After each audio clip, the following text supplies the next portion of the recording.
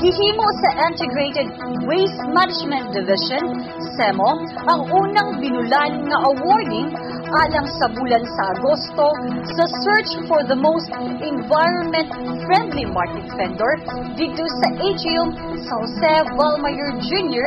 Public Market sa ikadukang anggana nitong Setyembre 6, 2013. Ang migawas nga mananaog sa bulan sa Agosto alang sa Fishes Section mao si Crisanta Panancilion ug sa Meat Section sab si Erson Dignos.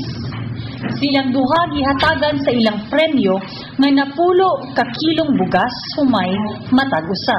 Ang ilang nakuhang puntos idugang sa ilang makuha nga mga puntos sunod bulan gikan sa Setyembre 6 hangtod Oktubre 4 dayon Nobyembre 8 ug ang binulan nga scores pagasumahon alang sa grand winner unya sa Disyembre 23. Sa grand awarding nga pagahimuon unya sa Disyembre, tulo ka mananaog ang pilion gawas sa mga consolation prize winners. Ang first prize makadawat og 22-inch flat screen LED TV. Ang second prize makadawat og home theater. Ang third prize usa ka electric stand fan ug mga grocery items nga nagkantidad og tag 500 pesos para sa mga consolation winners. Sa mensahe ang ipaambit ni SP member Momoy Divulgado, ang chairman si Committee on Environment and Protection and Natural Resources. Siya nagkanayon nga kiniilang gihimo karon mo'y pagpangandam unya sa pagpanday sa ordinansa alang sa pagpaangay kon regulations sa paggamit og plastic.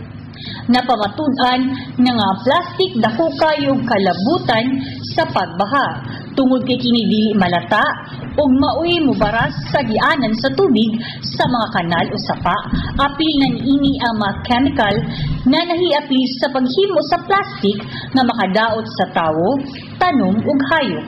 Dugang pa ni SP Divulgado nga ang kalihukan nga gipatuman sa merkado karon nga No Plastic Day matag adlaw nga Domingo nga gisugdan sa taga IWM mo'y sinugdanan unya sa pagpatuman sa tibuok syudad ug sila nga mga katawhan mo'y mamahimong yawi sa kalampusan ni ining kalihukan. Relation sa tuang paggamit sa tuang mga plastic.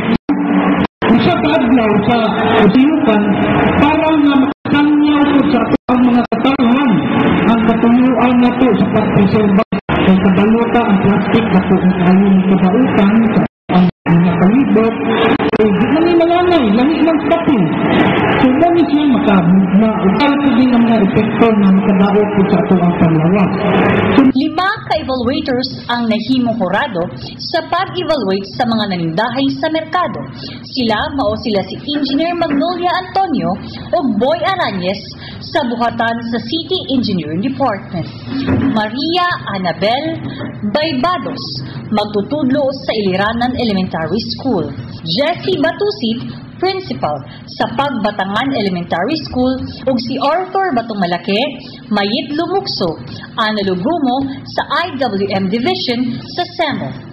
Dito sa mitambong sa awarding, si Government Department Head Stella Mamak sa Public Market and Slaughterhouse Department.